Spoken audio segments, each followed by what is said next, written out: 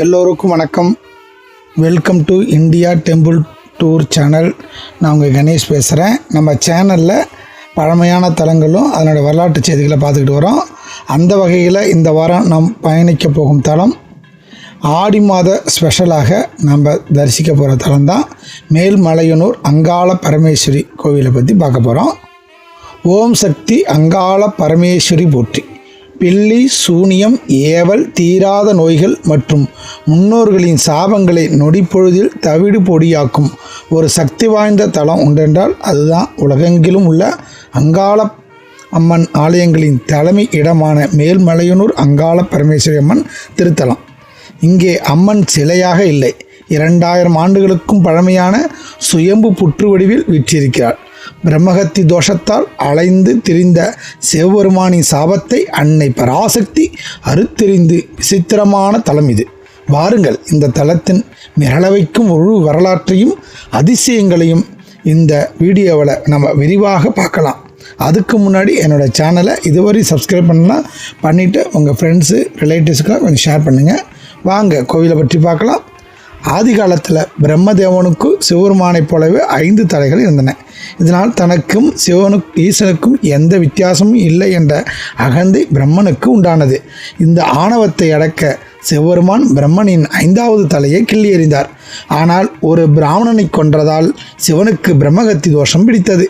வெட்டப்பட்ட பிரம்மனின் தலை சிவனின் கையோடு ஒட்டி கொண்டது. அதாவது கபாலன்னு சொல்லுவாங்க இல்லையா, தலைப்பகுதி. சிவன் பிச்சை எடுத்து உண்ணும் உணவை எல்லாம் அந்த கபாலமே முந்திக் கொண்டு சாப்பிட்டதால் ஈசன் பசியால் வாடி காடுகளிலும் சுடுகாடுகளிலும் அலைந்து திரிந்தார். இதை தாண்ட காருண்யம் என்று அழைக்கப்பட்ட இன்றைய மேல்மலையனூர் காட்டில் அன்னை பராசக்தி தடுக்க நினைத்தார். தன் கணவரின் பசி துயரை துடைக்க மகாவிஷ்ணுவின் ஆலோசனையின்படி பார்வதி தேவி ஒரு உபாயம் செய்தார். மேல்மலையனூர் சுடுகாட்டில் சுவையான சாதத்தை உருண்டையாக பிடித்து சிவனின் கபாலத்திற்கு ஊற்றினார். வேண்டுமென்றே ஒரு சாத உருண்டையை கீழே சிதறவிட்டார். தரையில் விழுந்த உணவை சாப்பிடுவதற்காக சிவனின் கையை விட்டு கபாலம் கீழே இறங்கியது.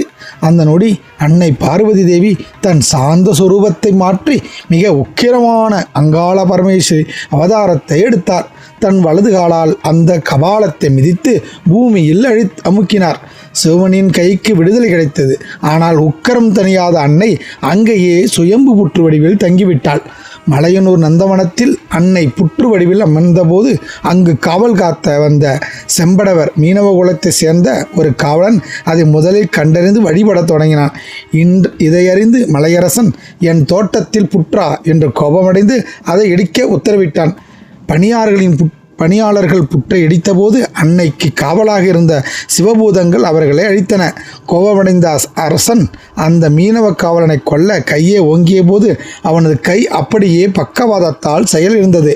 தெய்வ குற்றத்தை உணர்ந்த மன்னன் அம்மண்ணியிடம் மன்னிப்பு கேட்டு அந்த நந்தவனத்தையே கோவிலுக்காக எழுதி கொடுத்தான். அன்னையின் சாபம் தீர்க்க உதவிய செம்படவர் குலத்து மக்களே இன்றும் இக்கோவிலின் பூசாரிகளாக இருந்து தொண்டு செய்து வருகிறார்கள். மேல்மலையனூர் கோவிலில் பல விசித்திரமான வழிபாடுகள் உள்ளன. பெரியாயி அம்மன் ஆலயத்தின் முகப்பில் பிரம்மாண்ட சயனகோலத்தில் பெரியாயி அம்மன் காட்சி தருகிறார். அதாவது படுத்து கொண்டு காட்சி தருகிறார்.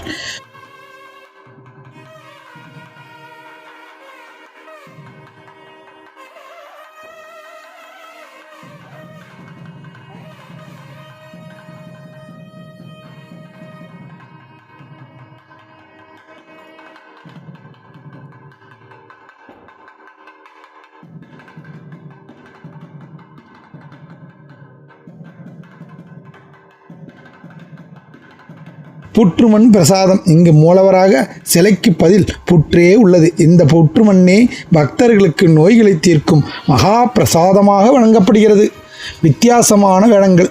பக்தர்கள் சித்தாங்கு கபால வேடமிட்டு உடல் முழுவதும் மஞ்சள் பூசி பெண்கள் வேப்பஞ்சீலை கட்டிக்கொண்டு நேர்த்திக்கடன் செலுத்துகிறார்கள். இக்கோயில் 2 நிகழ்வுகள் உலக புகழ்பெற்றவை. மாசி மாத மயான கொள்ளை மகா சிவராத்திரி ஒட்டி நடக்கும் இந்த விழாவில் லட்சக்கணக்கான பக்தர்கள் மயானத்தில் கூடி தானியங்களை அம்மனுக்கு நைவேத்தியம் செய்து இறைப்பார்கள்.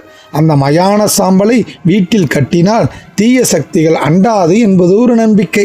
அமாவாசை ஊஞ்சல் உற்சவம். ஒவ்வொரு அமாவாசை நள்ளிரவு 12 மணிக்கு அம்மன் ஊஞ்சலில் ஆடும் ஊஞ்சல் உற்சவம் நடைபெறும். இந்த நேரத்தில் லட்சக்கணக்கான பக்தர்கள் திரண்டு ஓம் சக்தி என முழக்கமிடுவது நெஞ்சை உருக வைக்கும். தீராத தோஷங்கள் நீங்கவும், குடும்பத்தில் அமைதி பெருகவும், செய்வினை கோளாறுகள் மறையவும் வாழ்வில் ஒரு முறையாவது மேல்மலையுனர் அங்காள பரமேஸ்வரி அம்மனை தரிசித்து வாருங்கள்.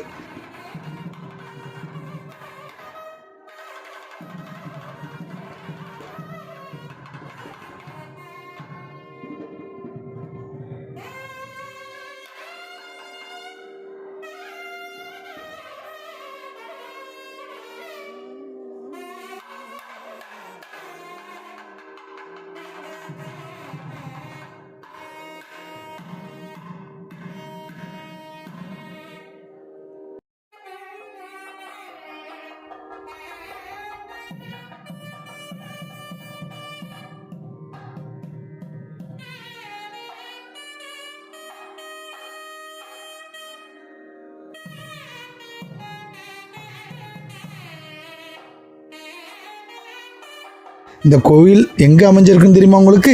இத்தலம் விழுப்புரம் மாவட்டத்தில் புகழ்பெற்ற செஞ்சி கோட்டையிலிருந்து சுமார் 20 கிலோமீட்டர் தொலைவிலும், திருவண்ணாமலையிலிருந்து சுமார் 40 கிலோமீட்டர் தொலைவிலும் அமைந்துள்ளது.